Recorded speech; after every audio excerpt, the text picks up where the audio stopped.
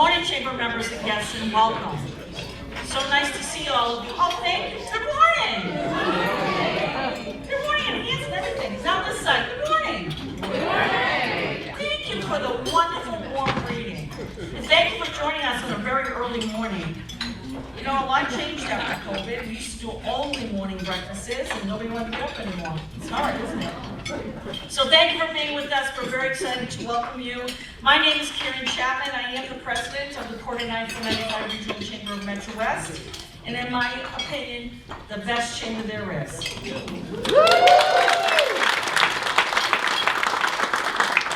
I say that because of all of you, so thank you for that. It is our tradition to start our morning meetings with a round of networking. And at your tables, you should all have a facilitator. Now, at some of the reserved tables, you don't, but there's somebody at your table who does know how to do it. So, okay, table facilitators, raise your hand. Okay, Becky, that's you, or Dave, either one. Here, Allison, yep. Okay, great, thank you. All right, each table has been assigned with a facilitator to keep you on track with time, because everybody should have an opportunity to be able to present themselves. So, each of you will present your name, your title, your company, and what a good referral for you is. Now, St. Mary's, you're all together. Probably not going to work for you. But you'll get to know each other. And anyways, that being said, we always like to follow with a little icebreaker question, because we like to open up discussion at your tables and get to know each other a little bit better. So since the month of May is known as Mental Health Awareness Month, your icebreaker question today is, what's one thing that always brings a smile to your face, even on tough days? What's one thing? You're all going to say your children, aren't you? You're not allowed to say your children. You're not allowed to say your children.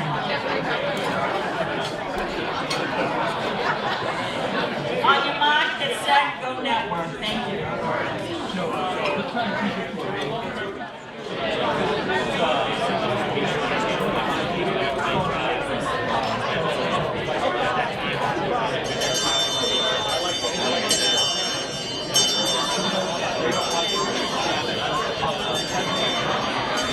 Can you hear me?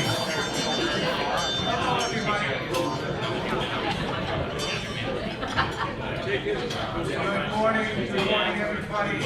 Welcome Quarter 9, 495 Regional Chamber of Metro West members and guests. My name is Dave Kaiser. I'm the Senior Vice President of Retail Services at Central One Federal Credit Union, and it is my distinct pleasure to welcome you all to our annual meeting and our member celebration event. Quarter 9, 495 Regional Chamber of Metro West has so many wonderful members. Would you agree? And we have so many of them who are very generous supporters of this business organization. It's my pleasure to recognize today's sponsors and the supporters of the meeting. So what I'm going to do is, as I go through the list, and it's a long one, so no hooks or anything to pull me off stage. It's not my fault. It's a long list. A lot of generous people in this room. So what we're going to do is I'll announce your name, and if all the representatives of the organization just stand, and then I'm going to ask the audience if we can hold off on the applause until the very end. I'll give you the key, but we're going to give them everybody a big round of applause. So I'm going to read right through the list. Here we go. It's a long one. Our presenting sponsor, Unibank. Our partnership sponsor, St. Mary's Credit Union. Premier sponsor is Maritime Behavioral Health Management. Our 25 contributing sponsors, Leo Casey of B2B CFO, Bio1 Worcester, CC Leadership Solutions, Central One Federal Credit Union, Clinton Savings Bank, Coughlin Companies, Cold Harbor Brewing Company, Connect Pay, Crossroads Continuum, Elite Dental Studio, Fitchburg State School of Graduate and Online and Continuing Education, Gallo Moving and Storage, Gaudette Insurance Agency, Great Wolf Lodge of New England, HealthSpan Longevity, Human Power Solutions, Jennifer Giuliano of Keller Williams Realty, Boston Metro West, Middlesex Savings Bank, Nichols College, Proforma Elite Sourcing, Salmon Health and Retirement, Cervello CPA, Sleep Solutions, Southwick Zoo, and U.S. Sports and Apparel And finally, our program flyer sponsor, Curry Printing. Now, can we give them all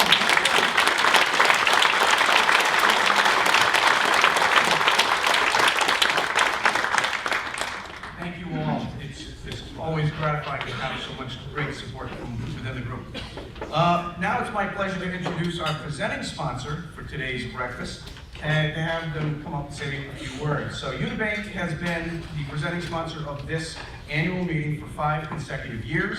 And joining us today to say a few words is Alex Camposol, Vice President and Senior Business Banking Officer of Unibank.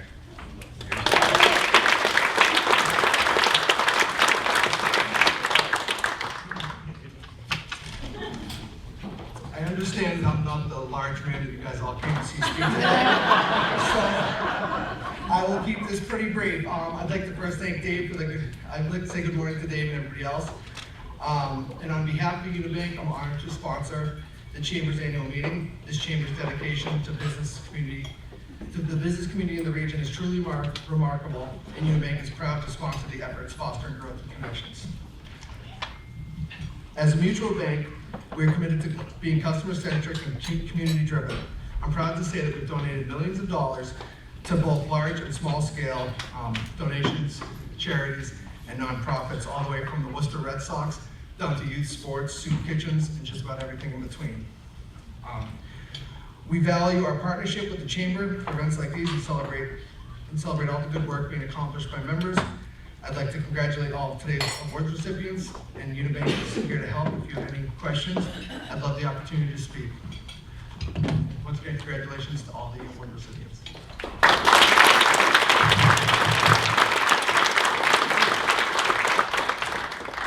All right, thank you so much, Alex and Unibank, for being a champion supporter of this event, the Chamber, and our local community organizations. Before we get started with our awards presentation, I'd like to take a moment to recognize some special guests who are joining us here today. When I announce your names, please stand. And once again, I'll ask the audience if we can hold our applause until the very end. So here we go.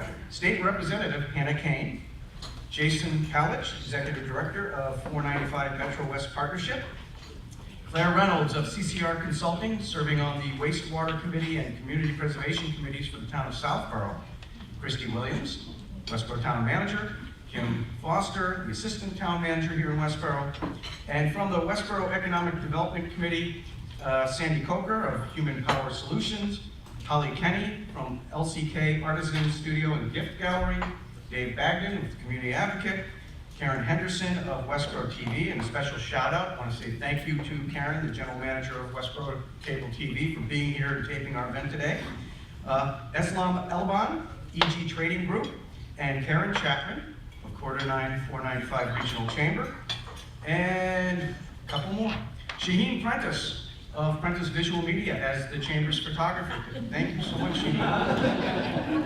So, he's right over there. And then, of course, we can't forget Ali Knight, our Director of Sales of the Doubletree Hotel here, and his wonderful hotel staff for hosting us today, and as usual, providing a delicious breakfast. So thank you very much, Ali and team. And finally, Matt Garvin from Encore for the AV services today. So let's give them a big round of applause.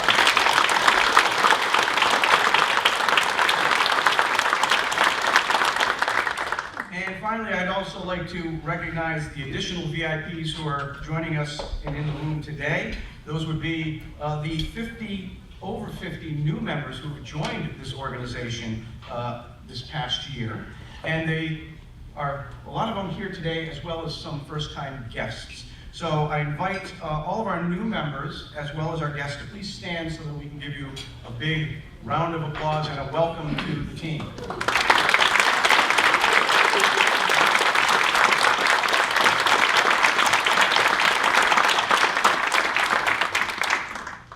All right, now, it is my pleasure to proceed with the rest of today's program and begin with our awards ceremony and member recognition ceremony.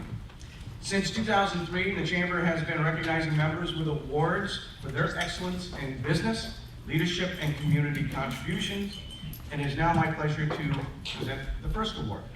Our first award being presented today is to the Large Business of the Year, celebrating a Chamber member that has 50 or more employees for their significant contributions to the Chamber and the community that we serve. Since its founding in 1913, St. Mary's Credit Union has grown, offering a wider range of products and services while maintaining its commitment to the member ownership and community values. The credit union has primarily served the residents of Marlborough and surrounding towns.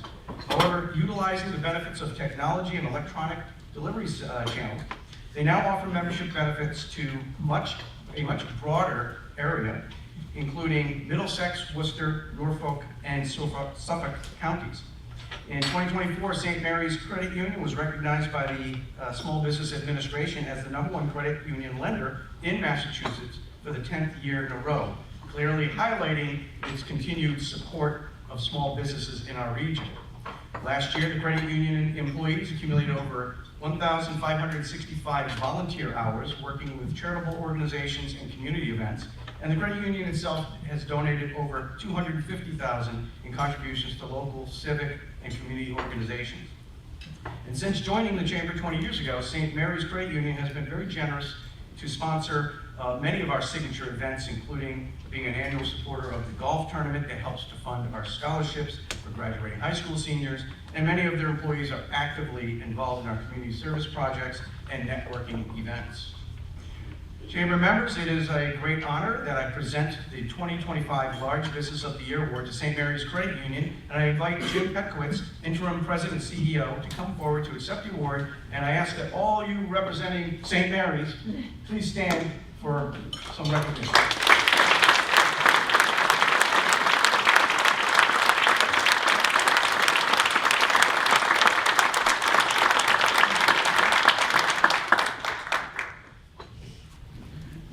And you can tell Jim and I know each other.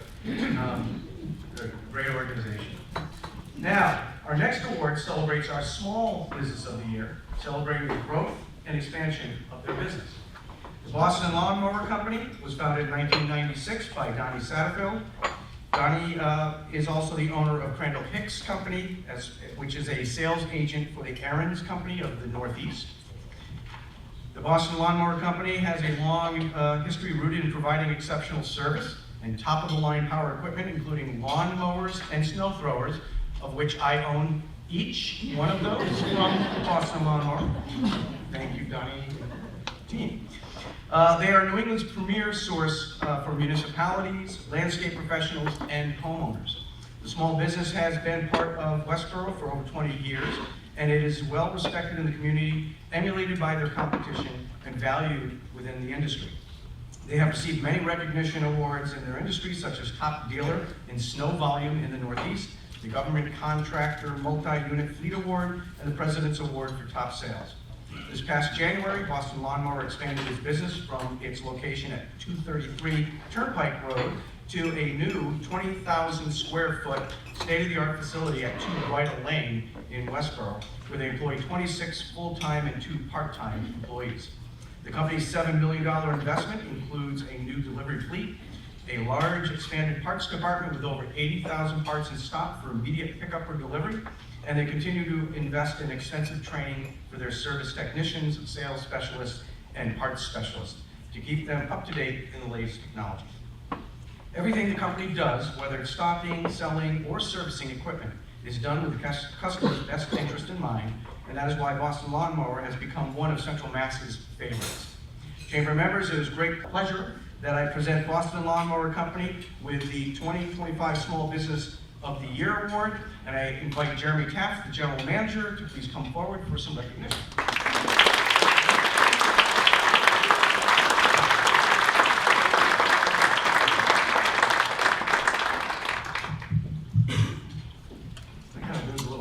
Notice as I walked over here, this whole thing shaking.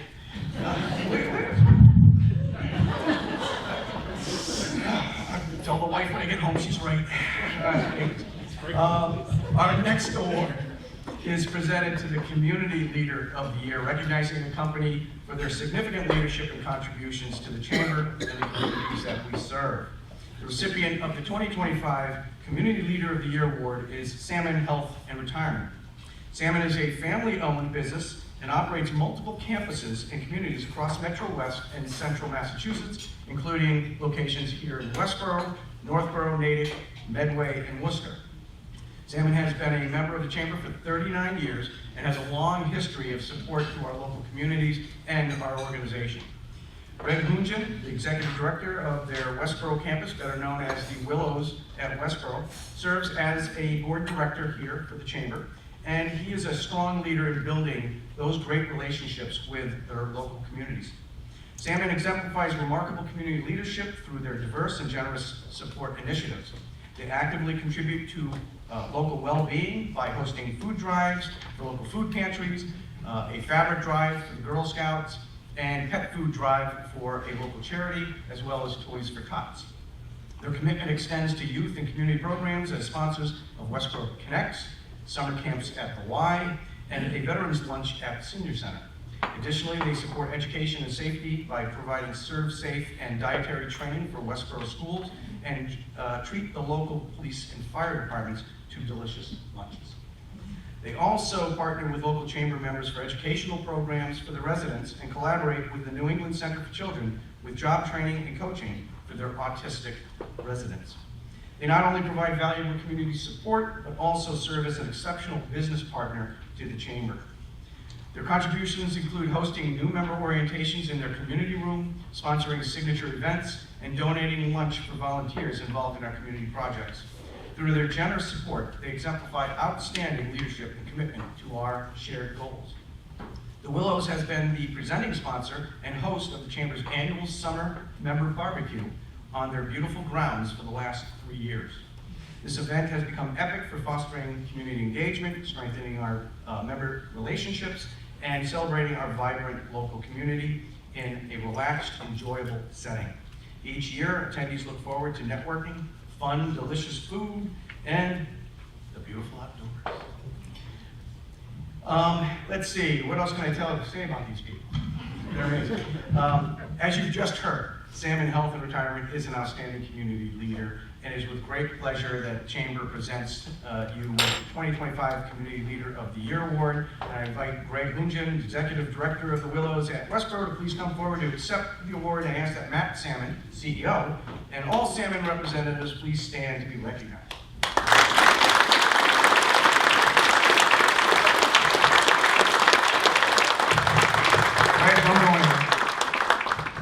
Don't go anywhere. We're going to have him stand up here for a minute, and it's not because we want to compare his height to Shaheen's or to Ted's. All right. I am now going to have the pleasure of introducing Heather Facilli, the chair of the Chamber's Young Business Professional Group, better known as Hype 9, to the podium to present the Young Business Professional of the Year Award.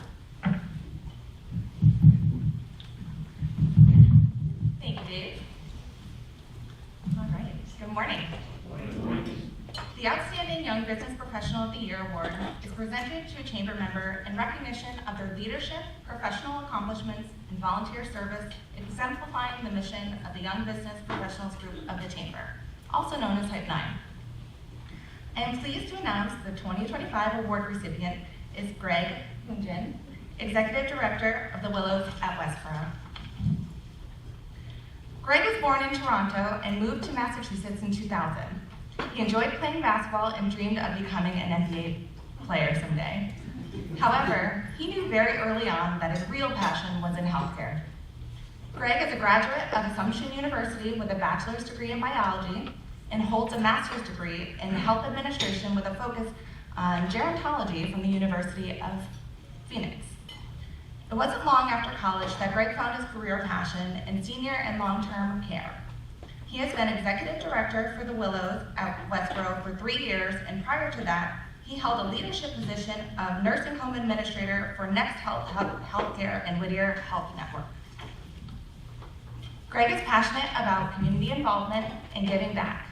He actively contributes as a board member of the American Heart Association and advisory board member for the Froelich School of Nursing, and serves on the board of directors for the Chamber.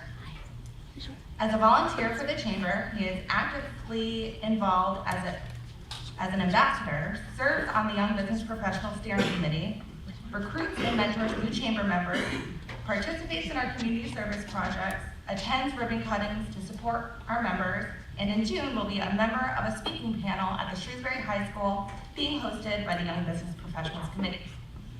The minute that Greg got involved with the Chamber, he has demonstrated that his volunteerism has no boundaries, which is quite evident if you look at the screens now. From dressing up as Buddy the Elf to a dancing ballerina at the Chamber's Holiday Snowball, or as the strongman at the Chamber's Summer Barbecue at the Willows, he is a star performer in everything he sets out to accomplish. Chamber members, it is my great honor that I present the 2025 Young Business Professional of the Year Award to Greg Pugin, Executive Director of the Willows of Westboro.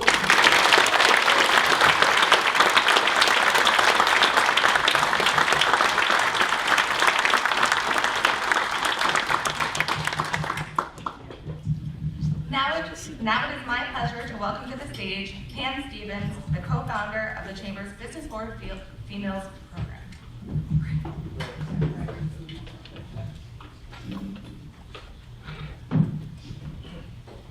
Thank you, Heather.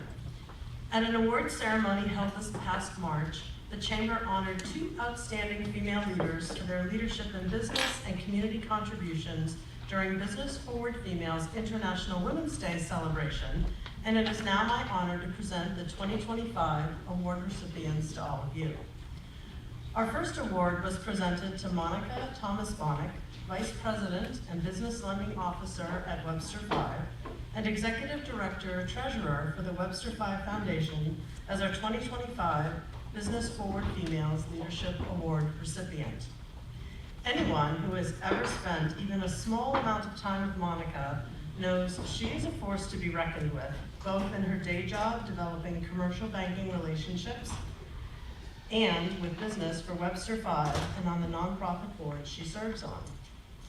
Perhaps where her impact is felt most is where her passion meets her profession as she focuses her professional time providing access to capital to support underserved markets that includes nonprofits, business owners of color, women entrepreneurs, and LGBT+ women-owned business owners. Having been a Girl Scout all throughout childhood and a former CFO for Girl Scout Council, community involvement has always been very important to her. She dedicates her time to dealing with systemic changes so lives can improve for everyone. Her volunteer service has been with community organizations that help to impact change in the lives of children and women, improving the lives of those living in poverty, providing affordable housing, and improving financial literacy and educational parity within the community. In addition to ensuring that all businesses have access to capital funding. Over the course of her business and community career, she has been recognized as Crane's New York Business 40 Under 40, a Worcester Business Journal Power 50, and Outstanding Women in Business honoree in 2022. Chamber members and guests, it's my privilege once again to honor Monica Thomas-Bonnick of Webster 5 with our 2025 BFF Leadership Award, and I invite her to come forward. Monica?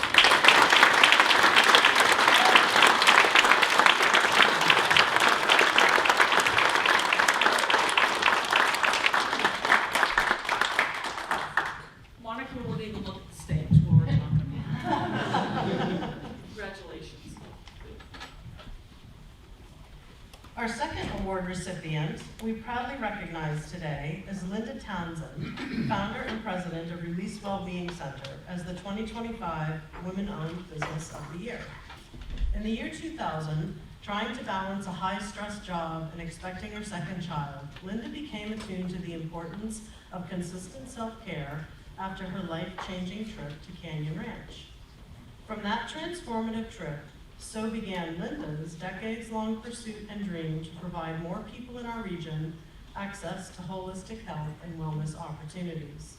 It was in 2017, Linda realized her dream and opened the doors to her business as a state-of-the-art spa and holistic center at the historic Nathan Fisher House on Route 9 in Westboro. The newly founded Release Wellbeing Center was an immediate success. Her method of blending ancient remedies with modern healing therapies attracted a robust community of wellness enthusiasts who flocked to the center for skincare, dietary guidance, fitness classes, massages, and energy work. With the success of Release's location in Westboro and surviving the stormy seas of the pandemic in 2020, our wellness warrior decided it was time to expand her business to a new marketplace. In 2024, Linda opened a second wellness complex in the Back Bay of Boston and was immediately recognized as Best Spa of Boston by Boston Magazine due to transporting visitors to a transformative journey of healing, rejuvenation, and self-discovery with its array of offerings, including hot-cold therapy, IV therapy, therapeutic massage, cupping, Reiki, reflexology, cutting-edge skincare, and immersion into total relaxation. As you have just heard, Linda is an accomplished business leader who has redefined self-care in our region and in Boston, and it is with great pleasure that we present the 2025 Women-Owned Business of the Year Award to Lindsay Townsend of Release Wellbeing Centers of Westboro and Boston.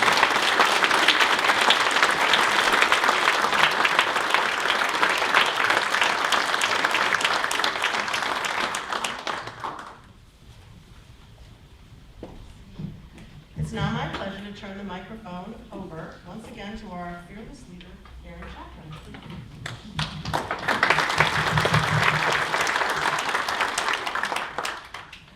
Okay, let me catch up on this script. Our next award honors the Ambassador of the Year. This award recognizes a member for their outstanding volunteer participation in supporting the Chamber and our members.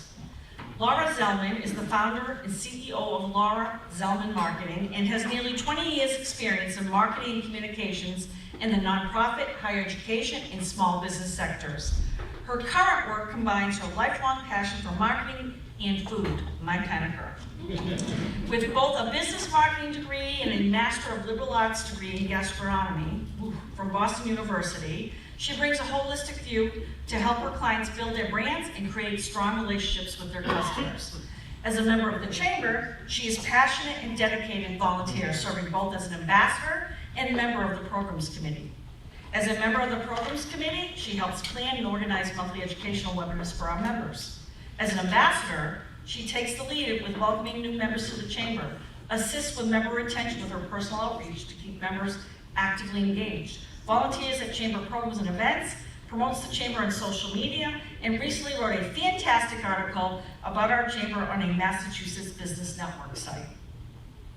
Outside of work and helping the Chamber, you'll find Laura at the hockey rink, coaching her kids' teams, making meals for food insecure families, serving on the board of the Layla Lynn Barber Memorial Foundation, or cooking up a new recipe in her kitchen.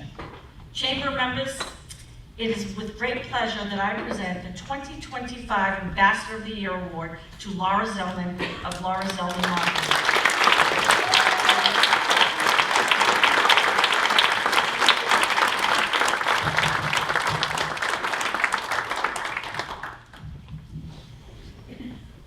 This year we chose to do something a little out of the ordinary. From time to time we do this. Very proud of all the work that our members do. And this time we're going to give it to a whole committee. Our next recognition award being presented today is for the entire Chamber Committee, whose collective volunteer efforts deliver a valuable benefit to our members. Since 2015, the Chamber has provided 129 free professional and business development workshops or webinars due to the generosity of our sponsors, Berkshire Bank, and Central One Federal Credit Union, and our Programs Committee.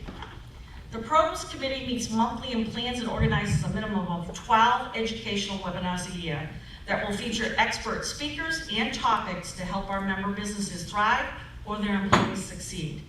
The Programs Committee is very small in size, but mighty big with their ideas and talent in delivering first-rate webinars to our members on important topics such as marketing, sales, HR, employment updates, goal setting, networking, yada, yada, yada, yada, and so much more. With the continued high attendance and interest these webinars bring, the valuable takeaways the programs provide, and the positive feedback the Chamber receives, it is with my honor to recognize the Programs Committee and present each of them with an award for their excellence in leadership and outstanding performance on behalf of our organization. I'm going to ask and invite each of the 7 members on stage one by one to receive a little recognition award. First up, the chair of the committee, Michael Mills, Business Coaches and Associates.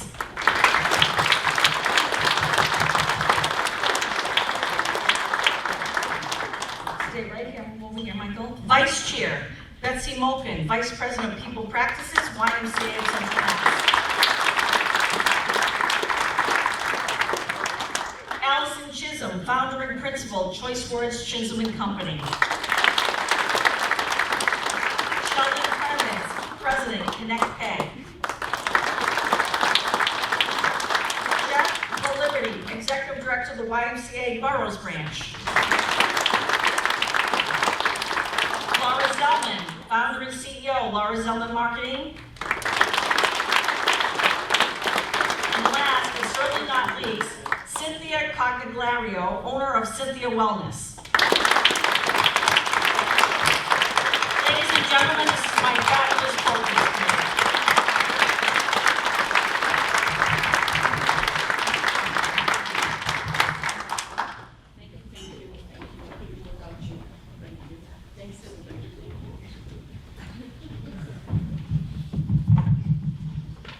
Next, it is now my honor to recognize and congratulate our member businesses who are celebrating milestone anniversaries as a member of the Chamber.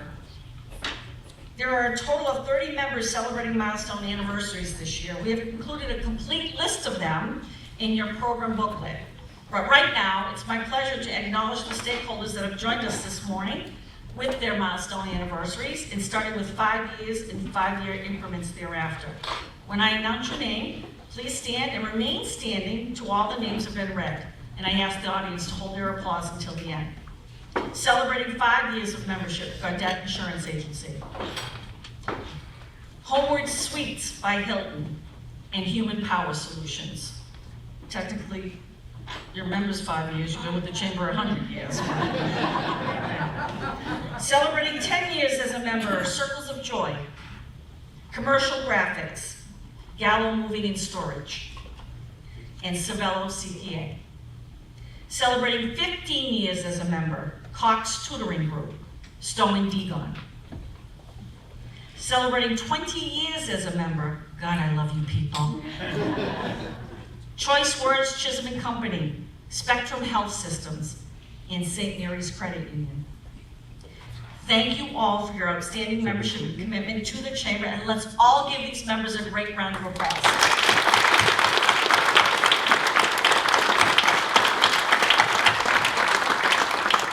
I ask all of you to stay afterwards so that we can take a photo and celebrate you on our social media. Since this event is about recognition, I'd like to take one brief moment to express my appreciation to all of our members, our hardworking volunteers and committees, and our ambassadors and our board of directors for your gracious and generous support that contributes to the success of this organization. You are the reason we are Chamber Strong. And I thank you all for your unwavering commitment and support. You're brilliant, and I appreciate it. Also, I want to take this opportunity to recognize 2 amazing women. They're incredibly hardworking and talented. They're my right and my left arm, and I couldn't do this without them. I proudly ask them to both stand to be recognized. Carlene Covino, Director of Program Events.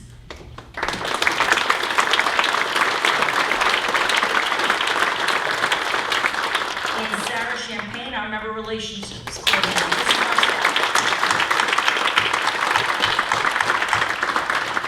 Thank you for your dedication and commitment to our members, and also for making it fun to go to work every day. Not so fun yesterday. Not so fun yesterday, but most of the time pretty fun. It's now my pleasure to invite Cam Stevens back to the podium as the chair of our nominating committee.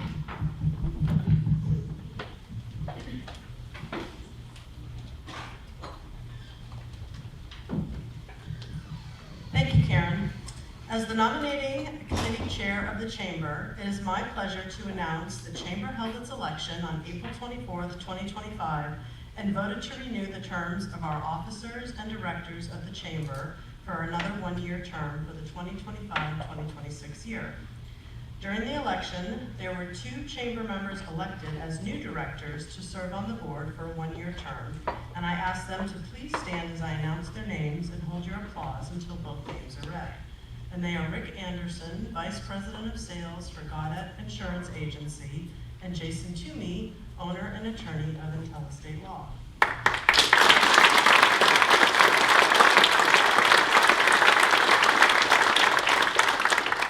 In the interest of time, and I know you'll all appreciate this, I am not going to announce all the members of the board. Inside the program flyer on your tables, all the names of officers and directors are listed. I do invite all of you to please stand now to be recognized, all the board members and officers.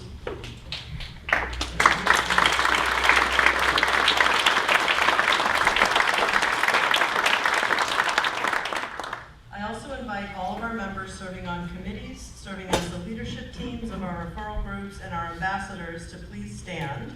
On behalf of the Chamber, I thank you for your continued leadership, expertise, and valued volunteer service. Do we have any committee members, ambassadors, referrers?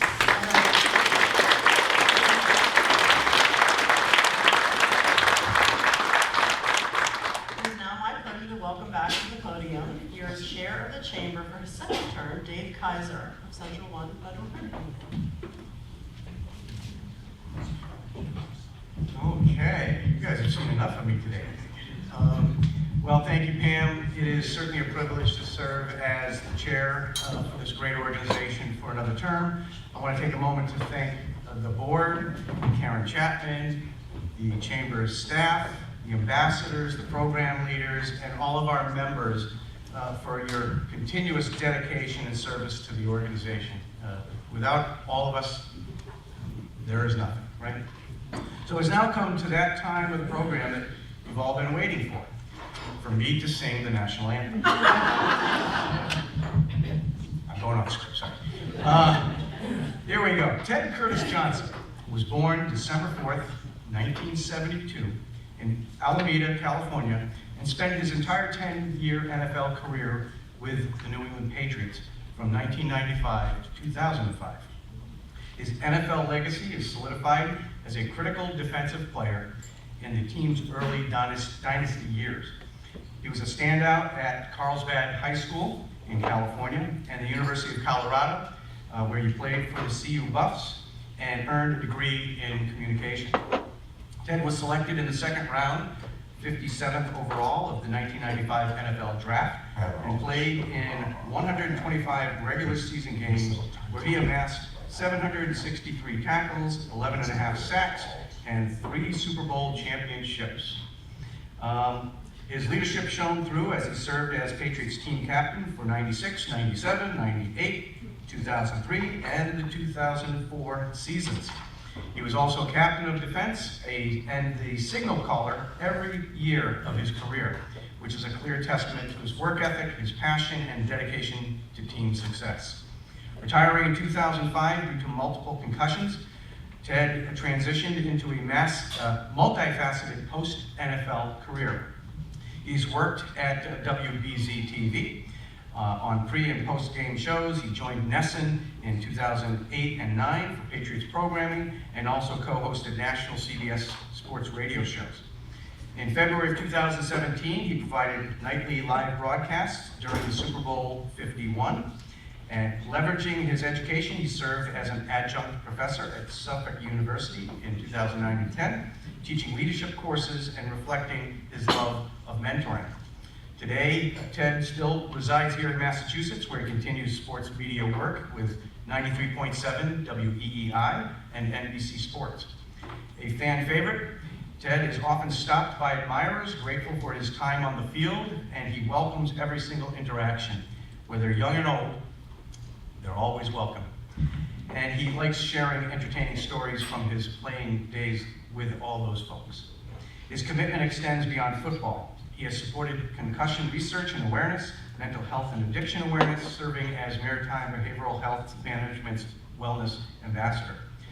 Ted has engaged in philanthropy, notably with the Pennakees Island School for court-appointed young men from challenging backgrounds. Guided by a personal mission to remain authentic, humble, and grateful, his candor about his challenges and his triumphs resonates with many, making him a vigilant advocate for people who hear and know his story. So I now invite your attention to the screen in the corners of the room to watch a brief video about Ted.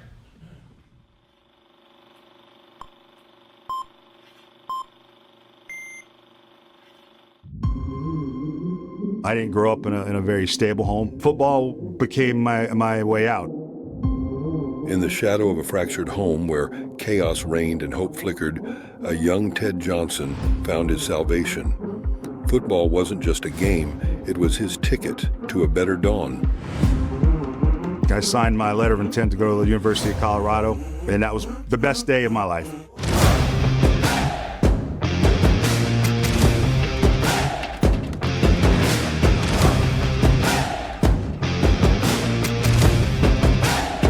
Every player on the team had a meeting with the head coach, Bill McCartney, and he says to me, "You know, Ted, you realize you can play on Sundays." They saw something in me that I didn't see in myself. That 5-minute meeting with Coach Mack that changed everything for me.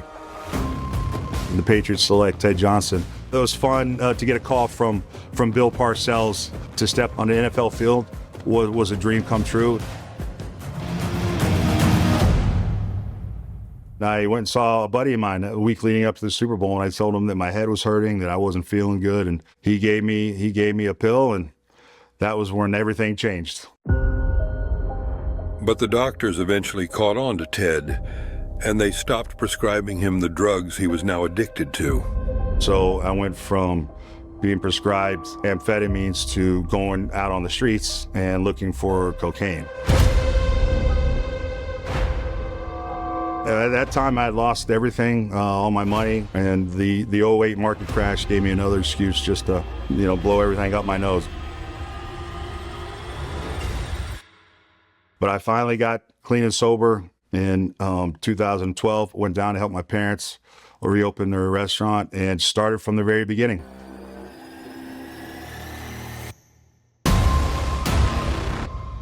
I'm a big fan of talking to people who are struggling with things like I am, to know that you're not alone. I think that's a big problem with a lot of people. They think they're alone, and that's not the case at all. A treatment center can show you that you are certainly not alone. There's a lot of people that are feeling the very same things that you're feeling, and so group therapy I found to be a very powerful tool.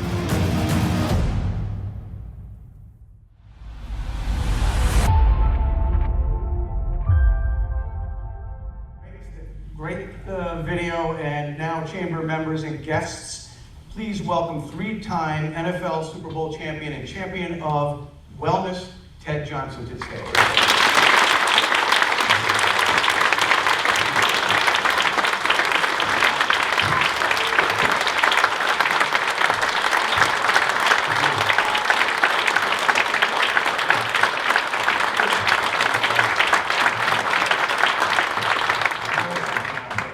And also, That's so nice, thank you guys. I'm going to take my notes with me because there's another gentleman sitting up here with us. So I want to introduce Derek Fullerton.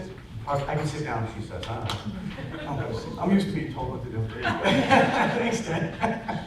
Anyways, joining me up here is Derek. Derek is the Director of Government and Professional Relations for Maritime Behavioral Health Management, a premier behavioral health group overseeing 5 facilities across New England, including Windward Mental Health in Dedham, the Back Bay Mental Health in Boston, Mayflower Recovery in Wilmington. With 27 years of experience spanning public health and private health care, Derek is a seasoned expert in public health strategy and policy, business development, and advocacy at the federal, state, and local level.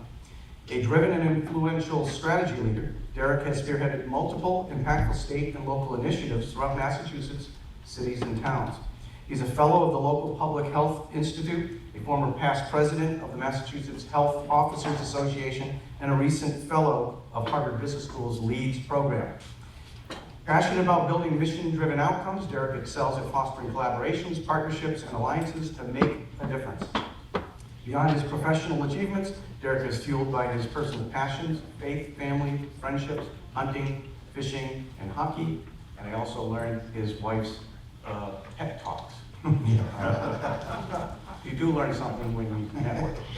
So, I'd like to start what we would call a fireside chat. So, to get things kicked off, once again, Derek, Ted, thanks for joining us. It's great to have you all here. Thank you for having us. Ted, I think most of us in this room, I guess if you travel the country, there's some people who probably patrons who care. We all love you. Oh, I'm amongst supporters here, huh? Absolutely, absolutely. There's no Eagles fans in here. But we all know that you had a phenomenal football career, you know, whether it was in college or the NFL, just an outstanding career. But could you expand a little bit on what the video told us about your younger years, your pre-football years? Tell us a little bit about your background. Yeah, you know, it's so I have a story that I don't think is all that too dissimilar to a lot of guys that I played with. It's just you don't really probably hear about it, you know. What I've always said, you know, football attracts a certain profile of player, a person, you know. It's about struggle, it's about obstacles, it's about every day you got to show up and fight, you know, for your job. It's physically, emotionally a very demanding sport, right? And so when I was younger, I was drawn to the game. I loved game. My roots in football started with my dad, who had season tickets to the Houston Oilers games, so I'd go to the Houston Oilers games, and I just fell in love. I fell in love with football. Earl Campbell was my guy. I loved the way Earl played. Just run over you and then hand the ball to the ref, go back quietly, get in the huddle, and then run you over again on the next play. The sport appealed to me. And what it also drew me to football, I think, is that it was the team aspect of it, but it was very much my team became my family. I grew up in a single parent home. My dad and mom divorced when I was very, very young. I had a mom who unfortunately had a brain disorder, a mental health disorder, if you will, borderline personality disorder, which is a very difficult personality disorder to navigate.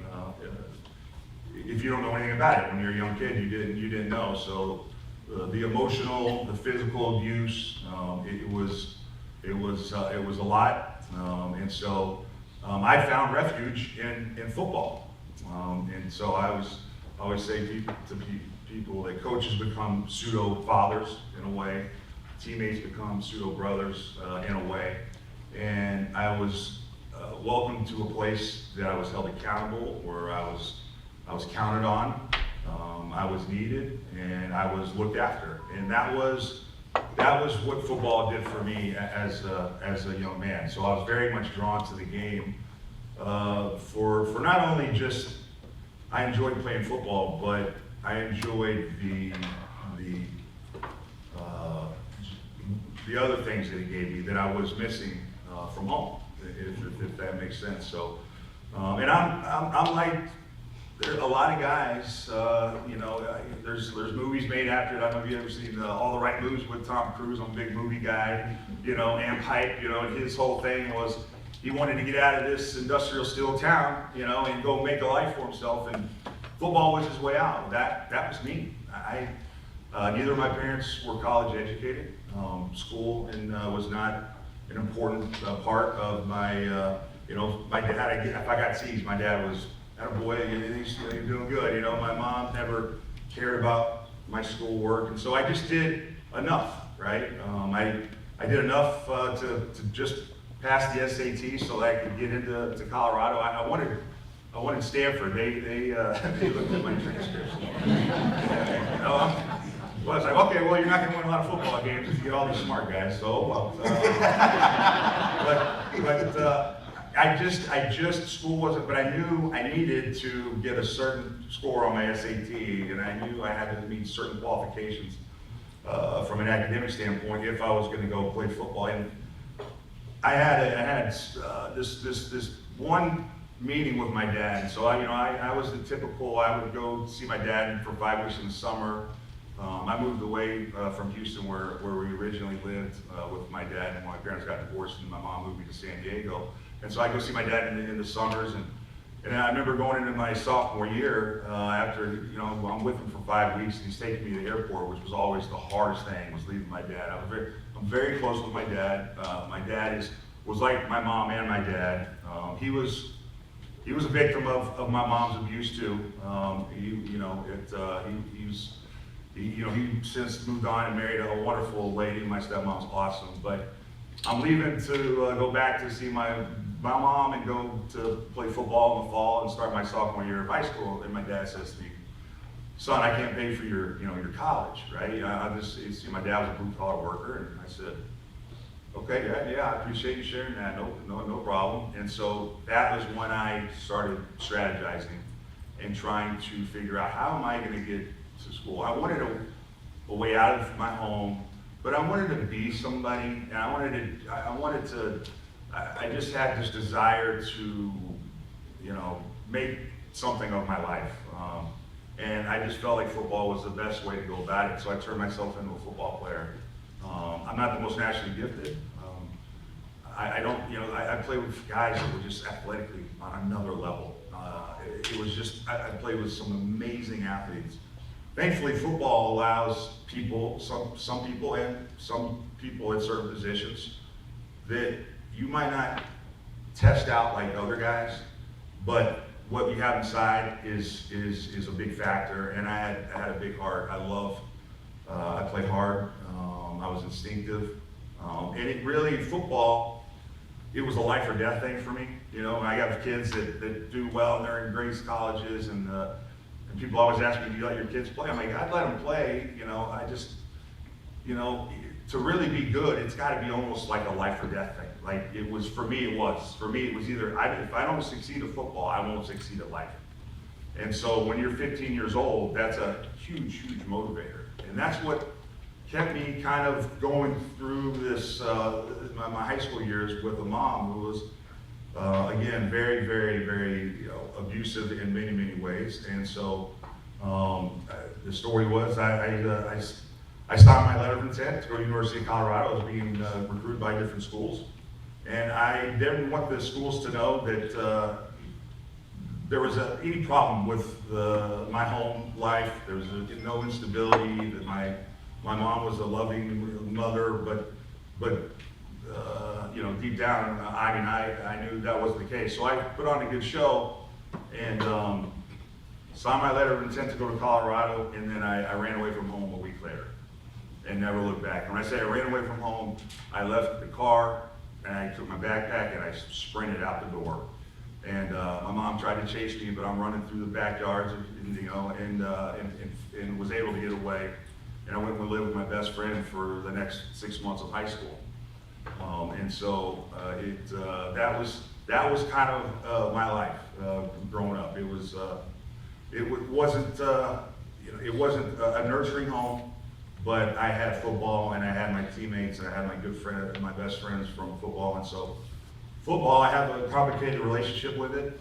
I retired from the NFL because of head trauma. I am outspoken on concussions awareness. The NFL does not like me talking about that stuff. I am not a fan of the NFL, but I'm a fan of the guys that came before me and the guys that have come after. Just because you needed somebody to kind of step up and tell the truth, and speak plainly and speak honestly about head trauma. We all love the game of football, and a lot of people don't want to know how the sausage is made.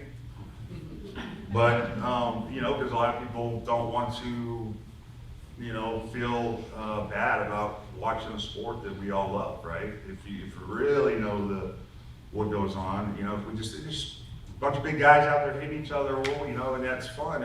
But there's consequences to the game, and I think a lot of you guys probably know by now. And so I was presented an opportunity to share my story about concussions and life after, and so I did that, and I can look myself in the mirror and feel very good about it. But that, just to answer your question, Dave, that my childhood was single parent, didn't have any money, parents weren't college educated, the school was not pushed, and so I learned that football could maybe be a way out to a better life, and it certainly was. So, Well, thank you for sharing that. It's quite a story, quite a beginning. yeah, right. And I noticed that in the video you did mention that along the way you had some coaches who recognized some potential in you that you yourself really didn't see. So how did that impact your life? It absolutely, and there's a lesson in this for all of us, I would say. So I had these meetings with Bill McCartney, who recently passed a couple months ago. He was a phenomenal college coach. You know, college football to me back in the 80s and 90s was the best time of college football.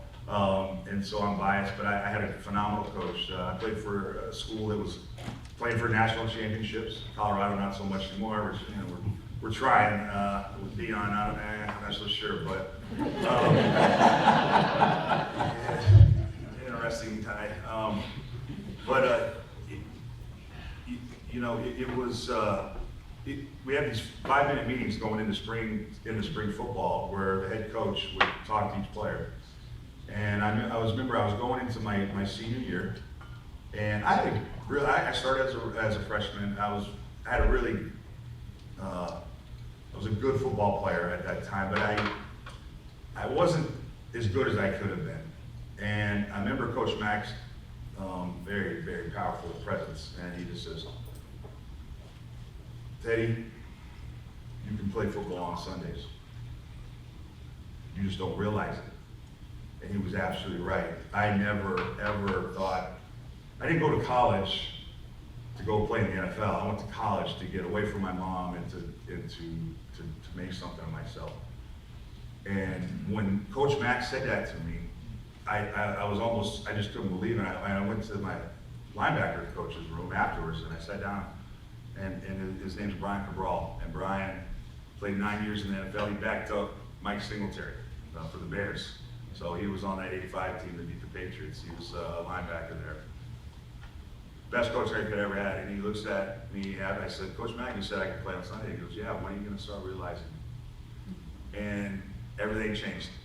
I had by far my best year, my senior year. I was runner-up to the Buckus Award, which goes to the best linebacker in the country. Second-round draft pick, Bill Parcells drafted me, which was insane because I was a big Giants fan, and I wanted to be Mark Bavaro someday. You know, that was my guy. And so I love those teams, and I love Bill Parcells. And you know, there's 30 teams in the NFL at that time. There's 32 now, and it's you know how lucky I got. Like there's 29 other teams, and I could have gone in, but I went to a team that Bill Parcells drafted me into a place in which there's really, I can't imagine a better football experience. The fans here love their teams. I've passed that fandom on to my kids. We talk, you know, we got a group text when the Celtics are playing or when the Pats are playing.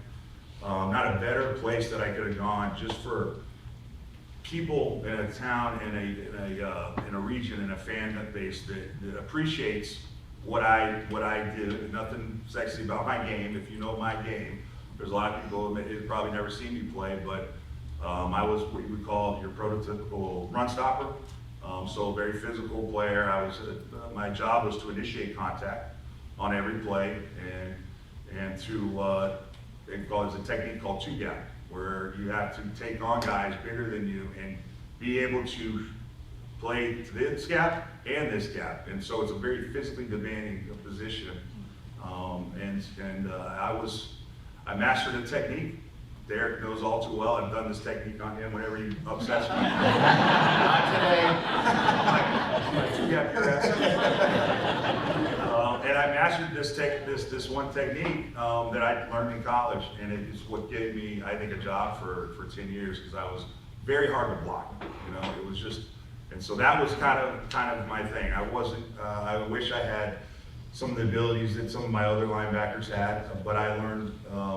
There's two ways to keep a job in the NFL.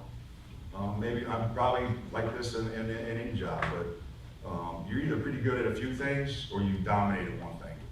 And I was the latter. I dominated at the run, And so whenever they thought it was an obvious pass situation, they said, hey Johnson, come here, you sit over here real quick.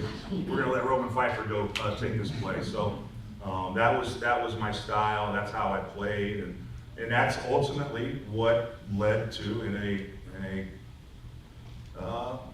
odd way, my life of addiction for almost 20 years was playing football.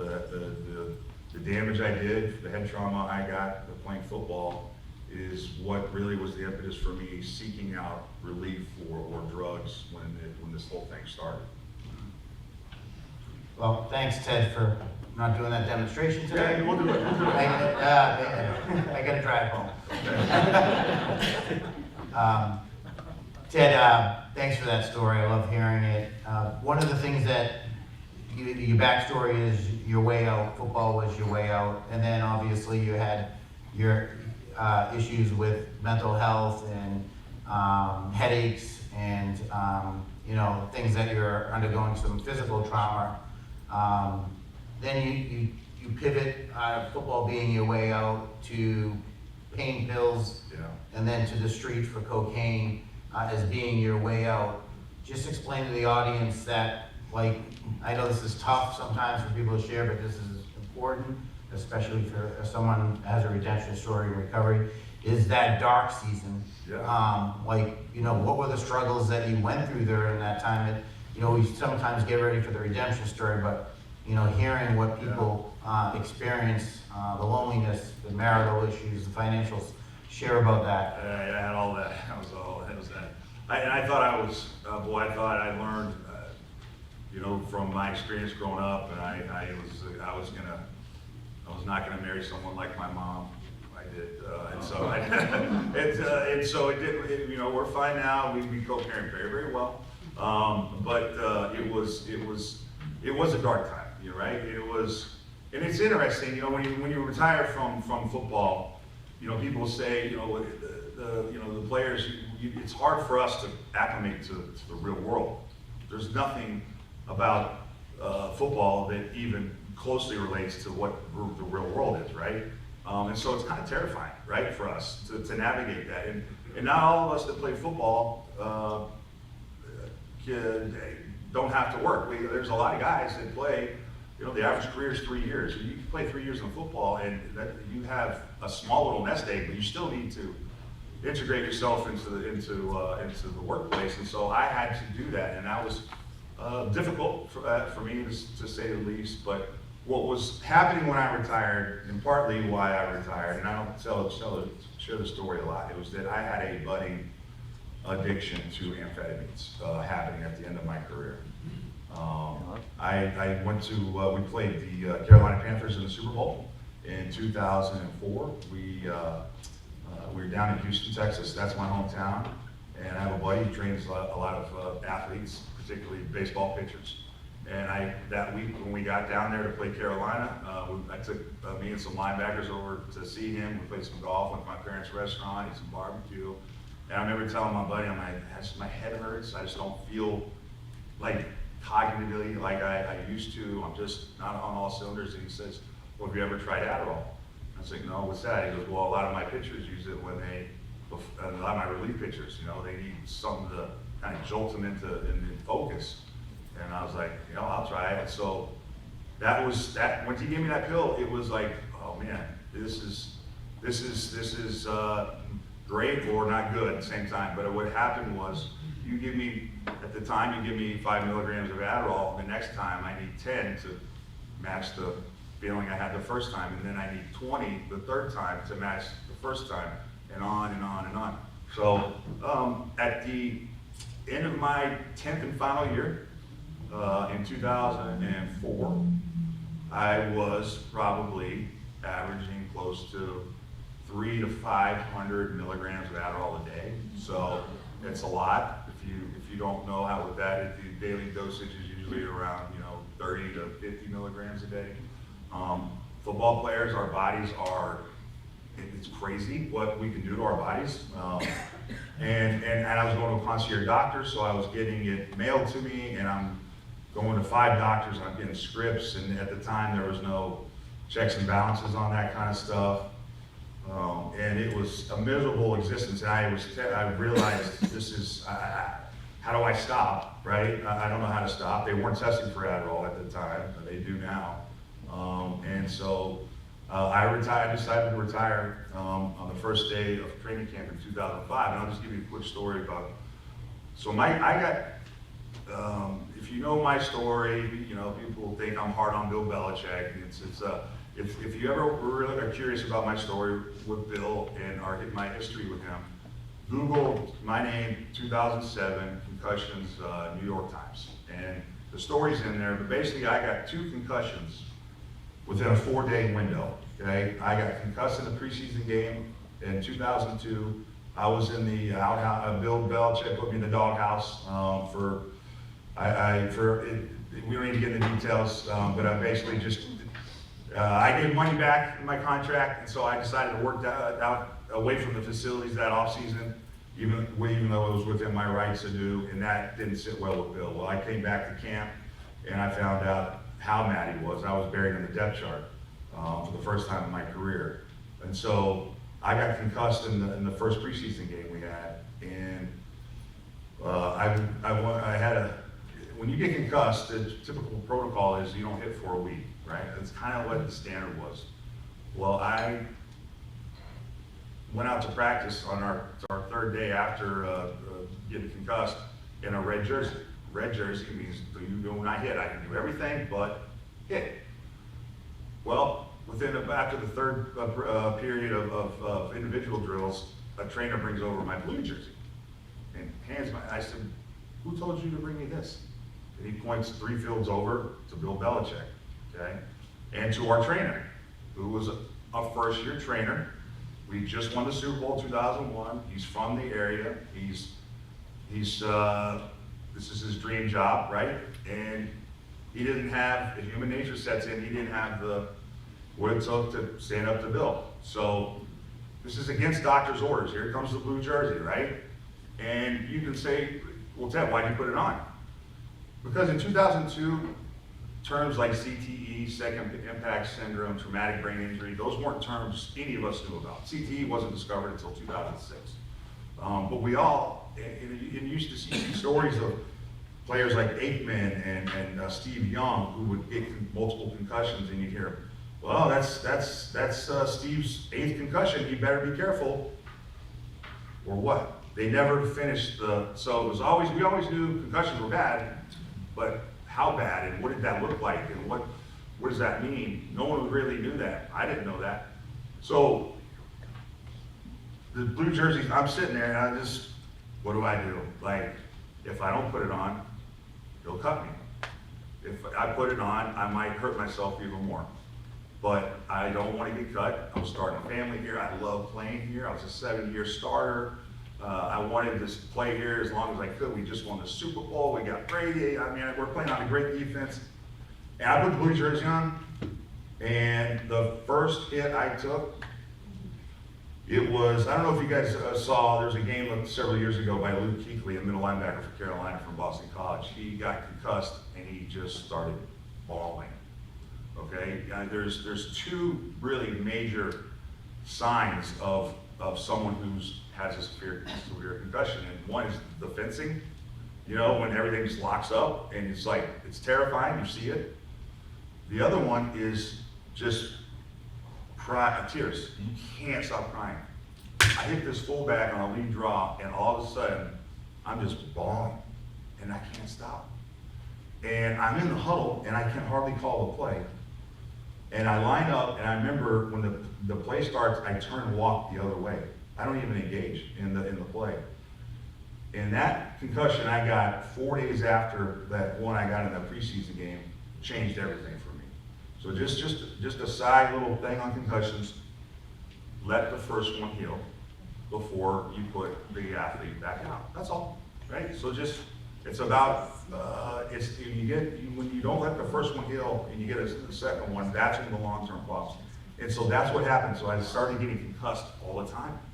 And I remember the first day of training camp of 03, the first hit I had, I got concussed.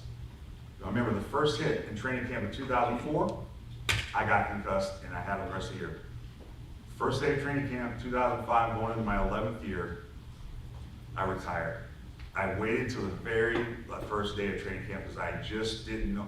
And I go, I know I'm going to get concussed on this first hit. And I don't know what's going to happen. I don't know why this is bad for me. I just know it feels like it's bad. I know my personality's changing. And I know it's just not right. And so I went in. I was there at 6 o'clock in the morning. Belichick's on the treadmill, and I said, Bill, I'm going to retire. And so I put a statement out, and that was the end of my playing days. But that was that, and then that. Once I retired, well, it didn't have the structure. Then I was kind of then it went off the rails big time from that point. Yeah, it must have been tough, you know, trying to keep that contract because your financials were probably supporting your habit, right? You said you've lost a lot of money during that time. Yeah, well, that was, yeah. You want me to expand on that? I mean, now. No, I think you want more? No, but it was that came later, and I fell victim of the 2008 housing. I entrusted my money with someone I shouldn't have, and so August 2008, I was a multimillionaire, and then I wasn't. So it was all gone, and so so that's the money I did have left. Like I said in the video, I was like, well, this is if we're gonna go down, let's go down in a blaze of glory. And so that's when so the Adderall, it's, you know, going to try and getting your drugs from the doctors is exhausting. So I just went to the streets, and so the street equivalent for Adderall, amphetamines is cocaine, and so that's I became a major cokehead for off and on for many years. Yeah. Well, now part of the cool part, the redemption story, Ted. I'm gonna let Dave read this. Sorry, I jumped into your question, Dave. No. Want me to get to this question? Life sometimes is like a football game, right? You run into a situation where you need to stop, you need to huddle up again, you gotta reset, you gotta restart. It sounds like, you know, therapy must have been a major impactor in your life. Yeah. Tell us a little bit about. Love therapy. I'm a big therapy guy. I say that I played in the NFL, so I can afford all my therapy. But I'm a big fan of therapy, and and particularly group therapy. I get opportunities to go speak. So I'm here on behalf of Maritime Behavioral Health. They have 5 facilities in the area. And what's cool is I've been in and out of treatment centers, probably 7 or 8 different ones. The first place I went to served a purpose, and then the 8th one I went to was very different from the first one, and it served a different purpose because there's there's people who that need to address addiction recovery, and then there's people that just need overall mental health and wellness to have it focused on that. So I had, besides being a drug addict, I was depressed, anxiety, impulse control issues, very much codependent. A lot of problems and mental health issues are rooted in codependency. It's a big problem, and so I had to get to the heart of that, and I did. Just so people know, like I've toured the facilities that Maritime have. They have Topsail, Mayflower, both substance use facilities. They're incredible. And then mental health facilities. They have three of those: Back Bay, Windward, and Atlantic Behavioral. All beautiful. It's important if I'm going to a treatment, like I feel safe. I feel safe. I've been to all these facilities. I feel safe. The ones I went to, I feel safe. They were incredible. I had phenomenal therapists. And you know what I love about the therapeutic setting and community is there's no bullshit, right? So we sit down. You're in a group, all right? You have small groups. You sit down and you start sharing. And the person sitting across from me, it might not be cocaine, but it might be opioids or it might be alcohol. We have the same stories, and you realize that you're no different. there's power in that. There's power in knowing that you're not alone. You're not the only one that has these feelings, these same insecurities, and these same problems. So I found the group therapy to be enormously powerful, and just talking. I mean, I told a story, like I sit down at a treatment center, and I'm like, I'm discharging tomorrow, and here's a girl on her first day. And it breaks my heart. And when I've done talks at Mayflower, I can see who got here yesterday and who's about to leave. Like, you can just tell. And the girl sits down and she's like, "Hey, how you doing? What's your name?" "Ted." "What's your DOC?" "Cocaine." It's like, I'm basically telling her things, I just met her, that you would never share with some of your closest family members. And that's, to me, is awesome. And I learned that I really enjoy the direct talk. You get to the heart of the matter quicker when you speak plainly and are willing to open up and share. And so, if you know anybody or you yourself are struggling, and you go to a treatment center, to get something out of it, you have to share. You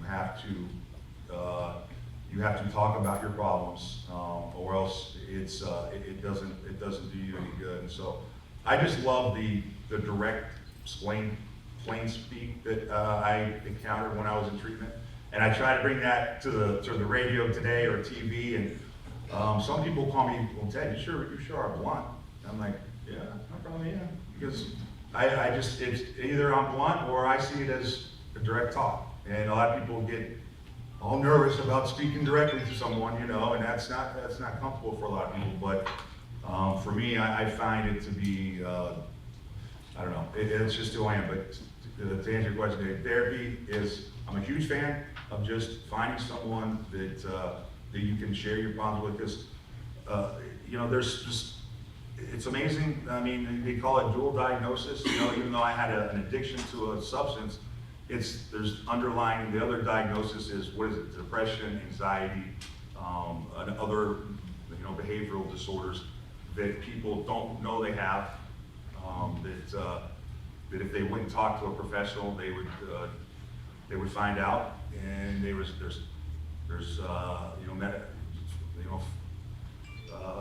there's different ways to treat it, whether it's through meds or therapy or other means, other treatments. So it's very important to get that addressed. Yes, I'm a big fan of the therapeutic experience, if you will. Would you like to ask a question? Yeah, no, I think you kind of answered it. We're just very blessed to have Ted as our wellness ambassador, because, aside from May as being mental health awareness, it's not often you get a 6'5", 250, 260. 260. I'm 5'9", I'm almost the same. And shrinking. I was. But, we're very blessed just to be able to have someone that's outspoken, known in New England, someone that is open and trying to reduce the stigma, both in substance use disorder and mental health. We're seeing over the years the ability for people to actually talk about it. We're seeing kids talk much more about it, which is great. The youth become much more audible on these topics, which only is going to help later, because we all, everybody has some story behind them, some childhood trauma, or there's certain people that have had an awesome life, but they may have that situation later in older years. So you can really reach many audiences. I do say Ted is the guy that he gives his phone number out, right? Don't get it to just ask him sports questions, but he basically meets people and says, if you ever need help, I'll help get somebody into treatment. Personal story, I took my nephew, he's quite a football player, linebacker. Ted's kind of one of his idols, and my nephew Jaden had a concussion, and he mentioned that during our breakfast.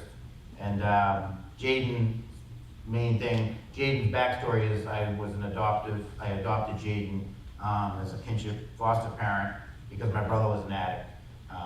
And and DCF took him overnight, and the only way he would get back was getting him sober.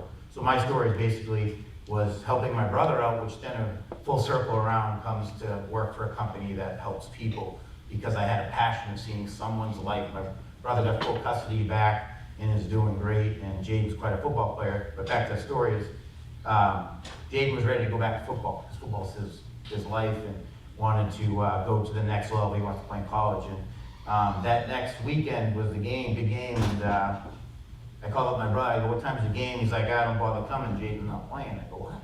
He's like, "Because you had some breakfast with Ted, and he talked about concussions, and Jaden wants to play in the ring." And I'm like, "Great," and he's like, "You're ruining my college chances, buddy," right? But the moral of the story is Ted's helping people, right? And it was impactful, and for a 16-year-old boy to really listen to someone that's open and talk and share truth on the matter instead of hiding things, and saying we're doing this behind the scenes. So Jaden felt not alone there, and you know, he protected his mental health. And there lies the rub. It's like there's a you know, I cover football, I talk sports every time, and yet I can talk about the dangers of it. And it's like, yeah, I can. Like in football, you can play football, but just if you happen to get head trauma or concussion, or terms that they like to use, get your bell rung, get dinged. Those are ways in which we minimize concussion. Those are concussions. Just be informed, make educated decisions, and be your own, just boss when it comes to that stuff. And so that's why I like to tell the athletes, say, you know what you're getting into. Don't go into it with eyes wide open. And I appreciate you sharing that. There, I don't know if you guys know the story of Jaron Duran, the outfielder. He's spoken about his struggles with mental health. It's huge. And of course, there was a fan somewhere where they played not too long ago because he spoke about thoughts of suicide, and that gets thrown back in your face. Some fan yelled something, and they got him out of there. But that's kind of I had to learn early on in radio. What do I share? Do I share, some of it, all of it? And I decided when I got into radio down in Houston to just share kind of all of it. Now it gets thrown back in my face. It's like, you drug addict? No, I used to be, yeah, no. And I'm not anymore. I'm in recovery. But it helps so many people when people are willing to share their stuff. Jaron Duran stepping out and saying that. Yeah, I've never met the guy. I hope I do, because I want to tell him thank you, because it helps me knowing that he's also struggling too. It's not just me. It's Jaron Duran, who's a great player for the Red Sox. So there's power in people sharing, for sure. That's great. Derek, do you have any other questions you want to ask? No. We're good. Well, Ted, thanks for sharing your story and sharing your personal playbook on how you restarted your life back into well-being. Yeah, thank you. Any last comments you have before we want to open it up to the floor? Just thank you for having me. Thank you for letting me share my story. I'm glad we're getting to a point where there's the stigma is getting less and less, right? I think you're seeing shifts in attitudes at the workplace. I have a unique schedule for radio. I do radio at EEI, and I work Tuesdays through Fridays, and instead of 2 to 6, I'm on 3 to 6. That is for me to protect my mental health. It's Boston radio it's a dog eat dog, and 5 days, 4 hours would probably have been too much. So this is me taking care of myself. So I would encourage you guys to have a similar kind of mindset. I just think I want to give EEI everything I got when I am there, because they understand the other part, and that is usually appreciated by me. But I guess other than that, just know that those guys we all watch, we love the game, that there's a story behind every single one of those players, and it's not always pretty. And so just keep that in mind when you're watching, that those are human beings out there, and not just robots out there. So that would be it. Okay, great, thank you.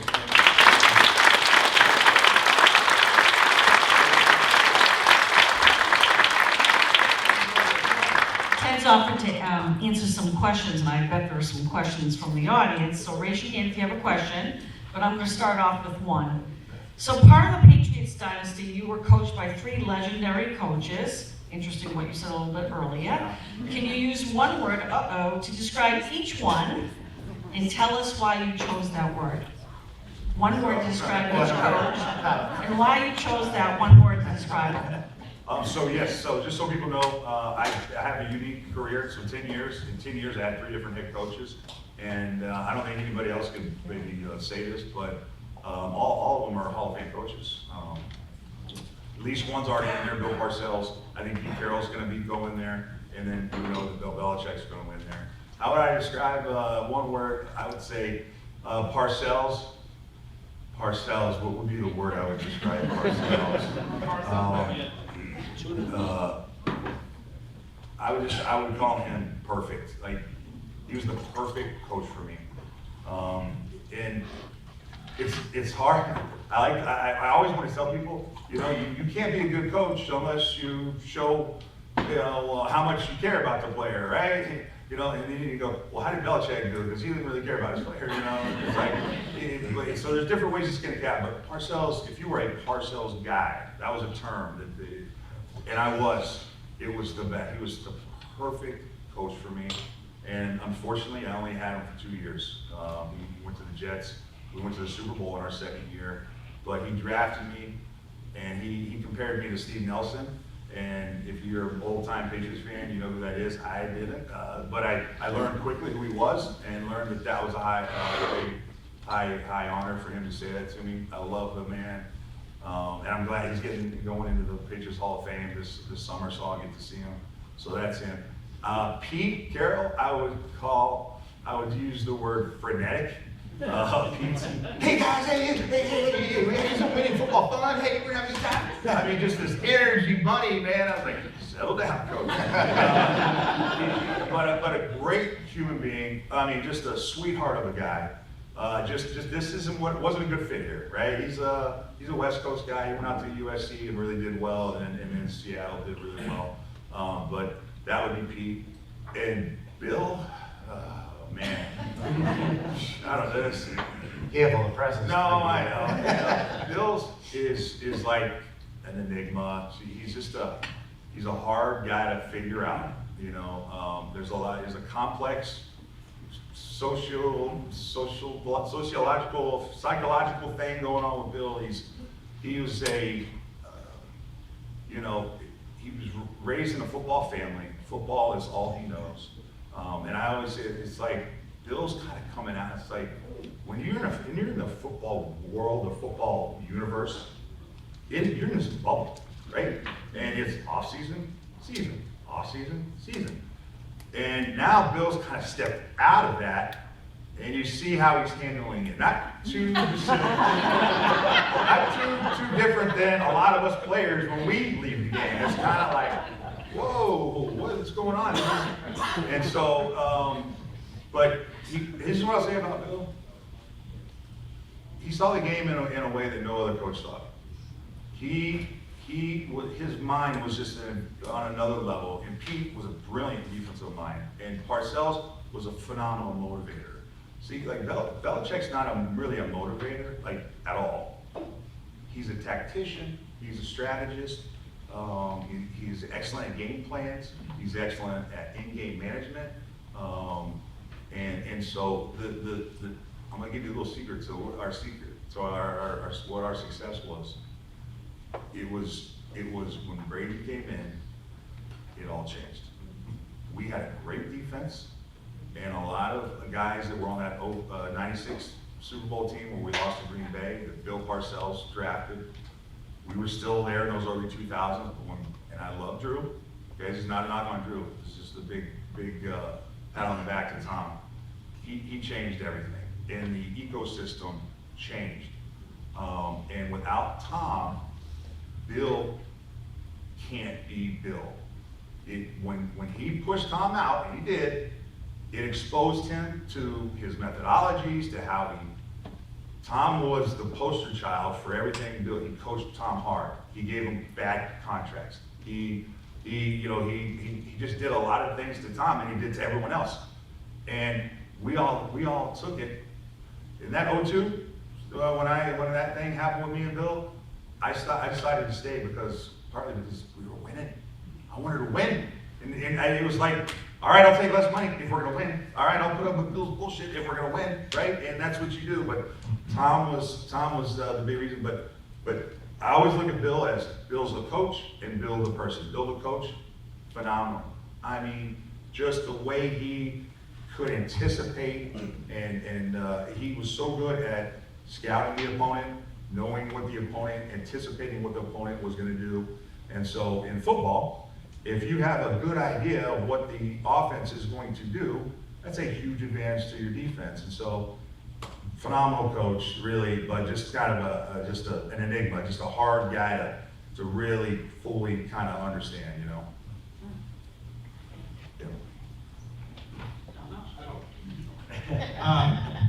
Thanks, Ted, for all the information today. Just your thought on the NIL in college sports right now, especially with football.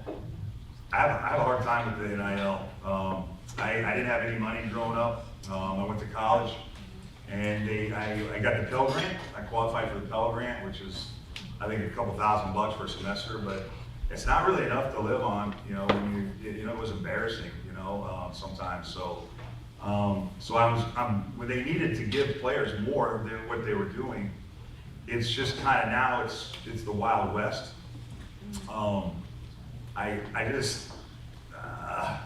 It's tough because here's the problem is that there needed to be some players need to get more than what they're getting. The unfortunate thing is if you were to ask 99% of players why they go to a school before NIL, it was because they say coaching. I love the coaches. You know, some would say I've always wanted to play for Clemson. I've always wanted to play for Colorado. But a lot of times the coaches. And then what happens is we all have kids that play sports. You go because of that coach, and then they leave, and they go take another job. Well, shoot, he was the reason I came here. And so, but players couldn't do it. Coaches could, but players couldn't. They couldn't transfer. Well, you can, but you got to sit out a year. It's like, how's that fair, right? So they needed to make it more fair, but now it's almost the other way, right? It's just, I mean, you look at the typical profile of a player coming to the NFL, and they've been to 3 or 4 schools, you know? And some of that would tell me, I'll be honest, is football means something to him, that he's willing to, but there's no academic portion at all. I mean, I got a degree from Colorado. I don't know how much it's worth, probably not a lot, but I did graduate, which I'm very proud to say. But a lot of these kids, you know, they truly, how can you get you can't get an education if you're transferring all the time. But the NIL, I think it's a total mess. I don't know how they do it. I don't know how they clean it up. I think they have to have a salary cap like they do in football. And so every team has the same amount of money. So that the Alabamas of the world, have the most money, are winning every single year, and then the little team can't compete. I don't think that's fair. So to me, it's kind of someday they got to come down. And our guy Charlie Baker is head of the NCAA, so he's got his work cut out for him on that, you know. Thank you. So we've actually run out of time, but the good news is Ted's staying for about a half an hour to sign autographs, take photos. You can meet him outside in the hallway. In the meantime, I'd like to thank him for joining us today. Derek.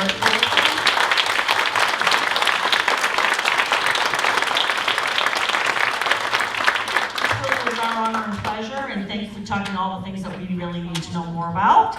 And for the rest of you, award recipients, please come forward. Milestone anniversaries, come forward. The rest of you have a great day. And for those that want to meet Ted, he's going to be right outside on the right. Thank you and have a great day.